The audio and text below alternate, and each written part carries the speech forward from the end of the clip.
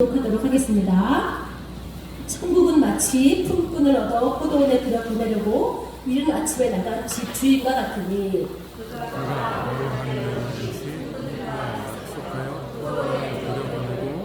또 제3시에 나가보니 장터에 놀고 서 있는 사람들이 또 있는지라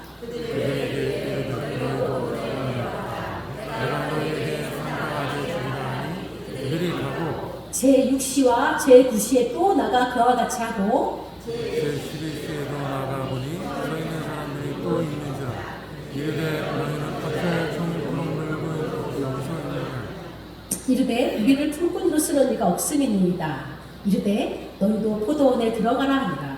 정말 포도원주인이 청지기에게 이르되 품꾼들을 불러 나중에 혼자부터 시작하여 먼저 혼자까지 삽을 주하니 제11시에 온 자들이 와서 한 데나리온씩을 받거늘 먼저 온 자들이 와서 받을 줄 알았더니 그들도 한 데나리온씩 받은지라 받은 후 집 주인을 원망하여 이르되 나중에 오는 이 사람들은 상상법에 일하지 우리를 종일 수고하며 너희 우리와 같이 하였다.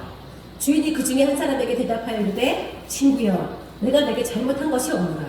내가 나와 한 데나리온을 약속을 하지 아니하였느냐. 내가 다시 나가지고 가라. 나중에 온 이 사람에게 와가지고 내 것을 가지고 내 뜻대로 할 것이 아니냐. 내가 선언으로 내가 악하게 보느냐. 내가 다시 낮은 데로서 먼저 되고 먼저 되로서 낮은 데로라. 아멘. 여러분 이 말씀은 여러분 너무 잘 아시는 포도원 품꾼 이야기거든요. 아마 이 본문을 10번, 20번, 100번도 읽으신 분들이 계실 거예요. 근데 이제 이 이야기를요, 그냥 아무 생각 없이 소설책 읽듯이 이렇게 읽다 보면은요, 그 처음에 온 포도원 일꾼들의 그 주장이요, 되게 그럴싸해 들립니다. 그리고 마음으로요, 동감이 막 됩니다. 되게 완벽하고 일관성 있는 주장이기도 합니다. 그리고 아마 이게 세상의 원리라면 세상은 그들의 주장에 힘을 실어줄 수도 있을 것입니다. 그런데 지금 예수님이 이 비유의 말씀을 왜 하시는지, 이 이야기의 의도와 핵심을 바로 알고 있다면 이 처음에 온 품꾼들의 주장은요, 말도 안 되는 기가 막히고 코가 막힌 상황이 되어버립니다. 왜냐하면 지금 예수님은요, 제자들에게 하나님의 나라에 대해서 얘기를 하고 있거든요. 이 마태복음 20장은 바로 앞에 19장 부자 청년의 이야기와 연결이 되고 있습니다. 그 재물이 많은 청년이 예수님께 나와서 물어보죠. 근데 이 청년은요, 자신의 재물이 많음으로 인하여서 예수님의 말씀에 순종은커녕 근심하여서 조용히 돌아갑니다. 그렇게 그 청년이 떠나고 나서 베드로가 예수님께 한 질문에 그 대답으로 20장이 이어지고 있거든요. 근데 저희가 이제 20장 가기 전에요, 잠깐 살펴볼 사람이 있습니다. 바로 19장의 부자 청년. 여러분, 이 사람이요, 어떻게 생각하면 참으로 안타깝습니다. 불쌍합니다. 영생에는 관심이 있었습니다. 출발은 아주 좋았어요. 영생에 대한 관심과 또 그 방법에 대해서 예수님께 대해서 질문을 했거든요. 그러니까 예수님께 나와서 물어봤다는 것은 그분이 답을 알고 계실 거라고 생각을 한 거죠. 그러니까 예수님이 누군지 알았던 거예요. 그런데 정확히는 몰랐던 것입니다. 그는 그저 예수님이 율법을 잘 아는 훌륭한 랍비 선생님이라고만 생각을 했던 것 같습니다. 그래서요, 예수님이 그의 대답에, 그의 질문에, 야, 너 돈 많지? 그거 다 팔아서 가난한 사람 주고 그리고 나를 따라. 아마 이 청년이요, 가진 게 굉장히 많았던 것 같습니다. 그리고 자신이 가지고 있는 그 재물이 너무도 소중했던 사람인 것 같습니다. 그래서요, 사실 예수님이 배산을 팔아서 주고 그 뒤에 말 기억나세요, 여러분? 혹시 기억나세요? 너가 네 재물 다 팔아서 가난한데 주고 나면 그러면 하늘에서 보아가 내게 있을 거야. 얘기하셨거든요. 근데 이 청년이요, 그만, 예수님의 첫 번째 그 한마디, 네 재물을 다 팔아, 이 말에 그만 가슴이 철컥. 그래서 뒤에 그 하늘의 보화가요 들리지 않았던 거예요. 만약에 하늘의 보화가 들렸으면 이렇게 질문해야죠. 선생님, 좋습니다. 그렇다면 하늘의 보화는 무엇입니까? 이렇게 물어봐야 되는 거 아닙니까? 그러면 우리 예수님이 얼마나 친절하고 자세히 상세히 설명을 해 주셨겠습니까? 그렇다면 그는 당장 뛰어가서 그의 모든 재물을 다 팔아서 가난한 자들에게 주고, 이제 그는 그의 남은 인생을 하늘의 보화로 인해서 진정 부요하고 행복한 찬란한 인생을 살았을 것입니다. 여러분, 아니 사람도 아니고 하나님께 자신의 모든 것을 다 바친 그 사람의 인생을 하나님이 책임을 지겠습니까? 안 지겠습니까? 그리고 땅의 보화와 하늘의 보화가 감히 비교가 됩니까? 여러분, 이 사람은 하늘의 보화를 받을 수 있는 그 절묘한 그 기회를요 놓쳐버렸습니다. 아마 그가 예수님께 질문을 했고 예수님이 설명을 해주셨고 얼른 뛰어가서 재물을 다 팔고 하늘의 보화로 살았다면 아마 성경에 그의 이름이 부자 청년이 아니라 땡땡땡 아마 실명이 기록되었을 것입니다. 성경의 이름이 기록될 뻔했던 그 사람, 부자 청년, 정말 안타깝고 불쌍한 사람입니다. 우리는 부자 청년처럼 보지 맙시다. 세상의 재물에 마음을 뺏겨서요 하늘의 보화를 놓치는 가장 불쌍한 사람이 되지 않기를 이 시간에 간절히 축원합니다. 자, 이렇게 부자 청년이 물러가니까요 베드로가 이렇게 질문합니다. 마태복음 19장 27절입니다. 보이시죠? 베드로가요, 주님, 우리는 모든 것을 버리고 주님을 따랐습니다. 그러니 우리가 무엇을 얻으리까? 아니, 이 말이 무슨 말입니까? 우리는 저 청년 같지 아니하고 우리의 모든 것을 다 버리고 주님을 따랐사오니 주님, 하늘의 보화를 언제, 어떻게, 얼마나 주시겠습니까? 즉 이제 드디어 주님과 흥정을 좀 해보겠다는 그런 의지가 들어있습니다. 그런데 여러분, 베드로만 이렇게 흥정하는 거 좋아할까요? 베드로만 이렇게 흥정하는 그런 태도와 요구가 있을까요? 이 포도원의 첫 번째 일꾼들도 그러했습니다. 주인과 흥정을 하고 요구를 하면서 조건을 명시하려는 경향이 분명히 있었습니다. 왜냐하면 2절에 본문 2절에요 약속하여, 이 단어가요 여기에만 쓰여져 있습니다. 그 이후의 품꾼들에게는요 뭐 금액이 명시되어 있거나 뭐 약속이란 단어가 전혀 없습니다. 그러니까 이 첫 번째 품꾼들은요 자신들이 하는 일과 행동에 굉장히 의식하고 그걸 중요하게 생각했던 사람들이에요. 근데 사실 우리도 가만히 생각해 보면요 내가 하는 일에 대해서 눈을 떼지 않고 항상 그것을 의식하고 또 나타내려고 하는 그런 경향이 좀 있습니다. 그런데 이것이 참 무서운 태도예요. 하물며 우리가 봉사를 할 때도요 이런 태도가 있고요. 그러니까 모든 일을 할 때는요 이런 위험이 좀 있습니다. 자신이 하는 일을 드러내고 자랑하고 그래서 사람들에게 칭찬받고 보상을 받으려고 하는 태도, 그 태도가 지금 보여주고 있거든요. 이들이 또 문제가 있습니다. 그들은요 스스로 자신들이 한 일을 평가를 했습니다.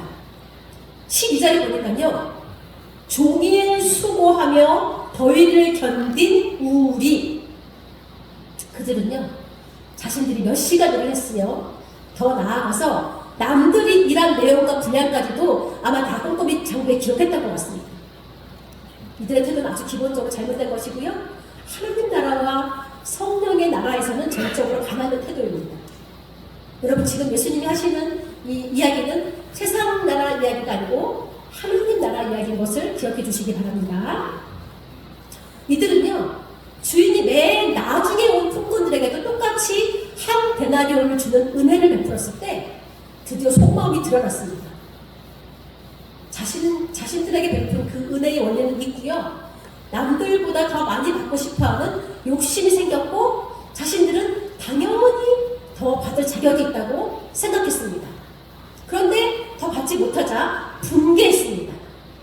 그런데 여러분 진짜 만약에요. 맨 나중에 온 품꾼이요. 내 자식이었다면, 내 아들과 딸이었다면, 아니 내 형제와 자매였다면 여러분 어떠실 것 같으세요? 아마도 포도원 주인의 그 자비하신 은혜를 소리 높여 찬양했을 것입니다. 와, 세상에 저렇게 훌륭한 주인이 있다니, 정말 자비로우신 분이야, 정말 존경해야 돼, 난 저런 주인이 너무너무 좋아, 위대하신 분이야. 그런데 여러분 이들은 지금 자기의 이웃이 좋은 대접을 받았는데요, 축하하고 좋아하는 것이 아니라 시기하고 질투하고 그 주인에게 원망을 했습니다. 여러분, 하나님의 제일 큰 명령이 어떤 것인지 아시죠? 두 번째 계명이 뭐죠? 내 이웃을 내 몸과 같이 사랑하고. 여러분, 이들은요 이 말씀에 완전히 위배가 된 것입니다. 우리 모두 하나님 안에서 한 형제예요, 한 자매 된 자들 아닙니까?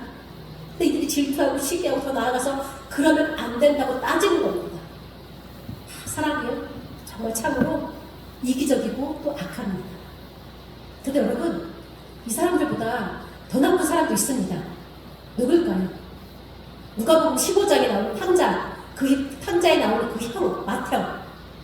그 형은요 정말 자기 친동생이 살아서 돌아왔는데요, 기뻐하기는커녕 아버지께 원망을 하고 그 아버지가 동생을 위해서 베푸는 그 잔치, 축하하는 자리에 들어가지 않겠다고 합니다. 이거는요 아버지를 아주 망신시키겠다는 얘기거든요. 그 당시 고대 근동에서는요 그 집안 잔치에 큰아들이 빠지면요 대망신입니다. 그 집안은 콩가루 집안입니다. 그걸 안 아들이야 맏아들이요 아버지를 욕보이게 하려고 난 저 잔치에 들어가지 않겠다, 이렇게까지 악한 모습을 보입니다. 진짜 여러분, 사람의 악함이 이렇게까지 나타납니다. 자, 이제 이 첫 번째 이 품꾼들은 또 문제가 있습니다. 이들이 주인을 원망하거든요. 처음에 자신들을 써준 그 행복과 기쁨을 잊은 채 이제는 더 주지 않는다고 원망을 합니다. 진짜 무섭지 않습니까? 모든 것을 은혜로 받은 것을 망각한 데서 나온 결과인데요. 사실 우리 그리스도인의 삶도 은혜로 시작해서 은혜로 끝나는 것이 바로 우리의 인생은 은혜의 원리로 살아가는 겁니다. 그런데요, 이들이 그 중대한 은혜의 원리를 잊고 원망하고 그 결과 남들을 무시하고 질투까지 하고, 더 무서운 것은 그들 속에 주인이 불공평하다라는 생각이 그들 마음속에 들어왔던 겁니다. 그들이 공정한 대우를 받지 않았다고 주장합니다. 그러나 그것은 완전히 잘못된 생각이고 근거 없는 생각입니다. 그런데요, 사실 우리도요 하나님이 불공평하다는 생각을, 그렇게 생각을 하게 되는 유혹을 참 종종 자주 받습니다. 마귀가요 다가와서 이렇게 속삭입니다. 야, 네가 얼마나 많은 일을 했는지 봐봐. 그런데 어떻게 보여? 누가 알아줘? 마귀가 속삭이는 이 말을 듣고 우리는 정말로 하나님이 우리를 공평하고 의롭게 대하시는지 의심하기 시작합니다. 예수님은요 이 포도원의 품꾼과 비유를 통해서 이런 잘못된 생각과 태도를 다루시기 원했습니다. 이것은요 우리를 비참함과 불행함으로 몰아가기 위한 우리 영혼의 가장 큰 원수의 작품입니다. 그렇다면 이제 우리 그 치료법을 한번 찾아봅시다. 자, 먼저 하나님 나라를 지배하는 원리를 우리가 먼저 깨달아야 됩니다. 이 원리가 어떤 원리입니까? 여러분, 세상은요 인과의 원리입니다. 원인과 결과, 인과의 법칙이 통하는 세상이고요. 그런데 우리 하나님 나라는요 어떤 원리가 있느냐, 어떤 원칙으로 운영이 되느냐? 은혜의 원리입니다. 은혜의 법칙입니다. 그래서 하나님 나라는요 모든 면에서 완전히 다른 나라입니다. 이 나라는 토대 자체가 다른 나라입니다. 옛 생각, 옛 생활의 원리와 완전히 무관한 나라입니다. 우리 먼저 우리 자신에게 이렇게 말해주기 바랍니다. 한 번씩 따라하겠습니다. 나는 하나님 나라의 백성이다.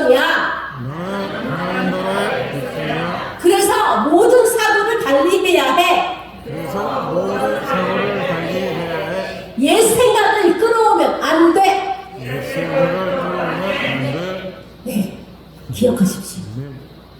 자, 그래서요, 또 우리가 실수하는 것들이 또 있어요. 많은 사람들이 이렇게 생각합니다. 아, 내가 기도했으니까 하나님이 들어주실 거야. 여러분, 이것은 100점짜리 생각은 아닙니다. 이거는요, 자판기식 기독교 사고입니다. 기계에 동전을 넣으면 음료수가 나오듯이 하나님의 응답도 자동으로 나와야 한다고 많은 사람들이 생각을 합니다. 그런데 맞나요? 제가 오늘 주일학교 설교 때 하나님의 응답 스타일 3가지를 얘기했습니다. 첫째, 오케이. 그래, 알았어. 오크. 두 번째, 안 돼. 여러분, 하나님이 안 되라고 하십니다. 여러분, 그것도 응답이신 거 아시죠? 아멘. 세 번째, 기다려. 아멘. 내가 이런 일을 하면 반드시 저런 일이 일어나야 된다는 식의 하나님과 흥정하는 태도, 그 정신, 우리 이제는 청산해 버립시다. 왜? 하나님 나라는요, 내 생각이 통하는 곳이 아닙니다. 내 생각이 아니고 하나님 생각, 하나님의 뜻만, 하나님의 은혜만이 있는 곳이기 때문입니다. 그리고 여러분, 우리가 받을 보상을 미리 생각하고 결정하면요, 하나님의 은혜가 은혜되지 못합니다. 우리의 삶은 처음부터 끝까지 다 은혜로만 이루어지거든요. 흥정의 관점에서 생각해서 결과에 대해서 원망을 하면요, 그것은 주님을 믿지 않는 태도입니다. 여러분, 우리 흥정하지 맙시다. 하나님과 흥정하면 딱 흥정한 만큼만 받을 것입니다. 은혜에 맡겨야 은혜로 인해 기절하게 많이 받습니다. 아멘. 아멘. 또 두 번째요, 자신이 하는 일을 일일이 기록하거나 스스로 회개장구를 쓰지 마십시오. 우리의 소원은 오직 하나님을 기쁘시게 하는 것입니다. 아멘. 아멘. 그래서 여러분, 아멘. 시계 보지 말고요, 하나님과 하나님의 일만 주시하십시오. 스스로 장부를 기재하느라고 시간 낭비하지 마시고요, 오직 하나님과 그 은혜의 회개장부를 맡기십시오. 감히 말하지만 하나님의 회개법만큼 낭만적인 것은 없습니다. 하나님의 나라에서는 늘 놀랄 준비를 해야 합니다. 우리의 물질적인 관점을 완전히 뒤집는 일이 일어납니다. 은혜가 온 세상을 뒤집어 버립니다. 여러분, 제가 이쯤에서 제 간증을 하나 할까 합니다. 제가 지난 학기에 학교에서 장학금을 받았습니다. 그래서요, 이제 학비를 내려고 학교 홈페이지 들어갔더니 제 등록금이 0원이 되었습니다. 저는 정말 생각도 하지 않았던 일이었고, 그리고 등록금도 150원을 제가 준비를 딱 했습니다. 그래서 너무 좋았습니다. 등록금이 0원이라니! 와! 좋다! 이 돈 어디 있을까? 그러다가 기도를 했습니다. 하나님, 제가 갑자기 돈이 생기니까 어디 있을지 잘 모르겠습니다. 제가 이 돈을 어디에 써야 될지, 그래서 하나님이 기뻐하실지 그걸 좀 알려주십시오. 하나님이 기뻐하시는 곳에 제가 돈을 쓰겠습니다. 이렇게 기도를 했습니다. 그런데 여러분, 제가 이 기도를 한 지 하루가 지나지 않아서 저한테 전화가 왔습니다. 저와 신대원 동기였는데요, 이렇게 전화가 왔어요. 누님, 저 이번 학기 등록 못합니다. 좀 어려워졌어요. 제가 순간, 와, 우리 하나님 이 돈을 하루도 내 손에서 있게 하지 않으시는구나. 그래서요, 정말 1분도 망설이지 않고 그 친구에게 돈을 보냈습니다. 여러분, 요즘은 상대방 계좌번호 몰라도 송금할 수 있는 거 아시죠? 그래서 제가 돈을 보냈습니다. 그래서요, 정말 그 친구하고 저하고 학교를 즐겁게 잘 다니고 있었습니다. 근데 10월 중순쯤 됐는데요, 학교에서 연락이 왔습니다. 아주 죄송합니다. 학교 전산 착오로 등록금을 내셔야 됩니다. 제가요, 하늘을 보면서요, 하나님! 아니, 이게 무슨 상황인가요, 하나님? 제가 학교에다가 제가 실명을 말할 수는 없지만 저 그 돈을 딴 사람 줬어요. 저는 지금 돈 없어요. 그랬더니 학교에서도 제 얘기를 듣더니 어떡하냐고. 제가 그러면 제가 지금은 돈이 없는데 이 등록금 6개월 분납을 좀 해주면 안 되겠느냐 이렇게 제안했더니 학교에서도 본인들의 실수가 있으니까 그렇게 하라고 그렇게 전화를 딱 끊었는데요. 그날을 딱 끊고 나니까 제가 눈물이 나오는 거예요. 하나님 너무해요 이러면서 제가 펑펑 울었습니다. 나 하나님 말씀 듣고 순종했는데 이게 뭡니까 하나님. 저 어떡해요. 저 돈 없어요 하나님. 근데 그때는 하나님이요 아무 말씀도 안 하시는 거예요. 제가 그래서 예 6개월 분납 뭐 하면 되지요. 그러고 한 달, 두 달을 분납을 하고 있었습니다. 그런데 여러분 아시다시피 제가 지난주에 청국교회에서 학비 지원을 받았습니다. 제가 정말 깜짝 놀랐습니다. 사실 제가 작년에 신목사님하고 면접을 볼 때 정말 얼굴에 철판을 깔고 한번 여쭤봤었거든요. 목사님 혹시 학비 지원도 해주시나요? 근데 목사님이 안 된다고. 제가 그래서 그 어렵다는 말을 들었기 때문에 저는 정말로 1도 진짜 눈꽃만큼도 기대도 생각도 안 했는데요. 하나님께서 우리 장로님의 마음을 감동시키셔갖고요. 하나님이요 갑절로 갚아주셨습니다. 여러분 우리 하나님이 이런 분이십니다. 자 이제 마지막으로 기억해야 할 것이요 바로 은혜의 원리를 인정하고 기뻐합시다. 처음 온 풍부들의 비극이 여기에 있습니다. 그들은 1시간밖에 일하지 않은 자신들이 1시간밖에 일하지 않은 자들이 자신들과 똑같이 한 데나리온을 받자 기뻐하지 않고 원망하고 불평했습니다. 주인의 처사가 불공평하다고 자신들은 정당한 대우를 받지 않았다고 여겼습니다. 그런데 그들이 정말 대우를 받지 못했습니까? 주인의 약속을 지키지 않았습니까? 아니잖아요. 행복한 그리스도인으로 사는 비결은요? 모든 것이 은혜로 이루어진다는 사실을 알고 기뻐하는 것입니다. 예수님이 누가복음에서 사실 말씀도 동일합니다. 17장 10절입니다. 다 같이 함께 읽겠습니다. 이와 같이 너희도 명령받은 것을 다 행하기에 이르기를 우리는 무익한 줄 우리가 하여야 할 일을 한 것이라 할지니 이게 주님의 관점이고 가르침이고 우리 삶의 비결이 되어야 합니다. 그래서 여러분 우리가 주님의 일을 할 때는요 시계도 쳐다보지 말고 내가 일한 양도 계산하지 말고 딴 사람이 무슨 일을 하는지 쳐다보지도 말고요 그 어떤 장부도 기재하지 마십시오. 오직 하나님의 영광과 하나님을 위해 일하도록 부름받은 이 특권 그리스도인이 된 이 특권 외에 다른 것은 다 잊으십시오. 오직 하나님이 우리에게 주신 은혜 어둠에서 빛으로 옮겨주신 이 은혜만 기억하십시오. 처음도 은혜요 끝도 은혜입니다. 처음에 우리를 도와주었던 그 은혜가 우리의 죽음 자리에서도 동일하게 우리에게 위로와 도움과 힘을 줄 것입니다. 우리가 살아온 모습과 해온 일들이 우리에게 힘을 주는 것이 아닙니다. 우리 주 예수 그리스도 안에 있는 하나님의 은혜가 우리에게 힘을 줍니다. 우리의 삶은 오직 은혜로 시작해서 은혜로 지속되고 은혜로 마무리됩니다. 아멘. 마지막으로 사도 바울이 고백한 은혜, 이 놀라운 은혜의 성경 말씀을 다 함께 읽으면서 마치도록 하겠습니다. 보이시죠? 시작. 너가 나될 것은 은혜로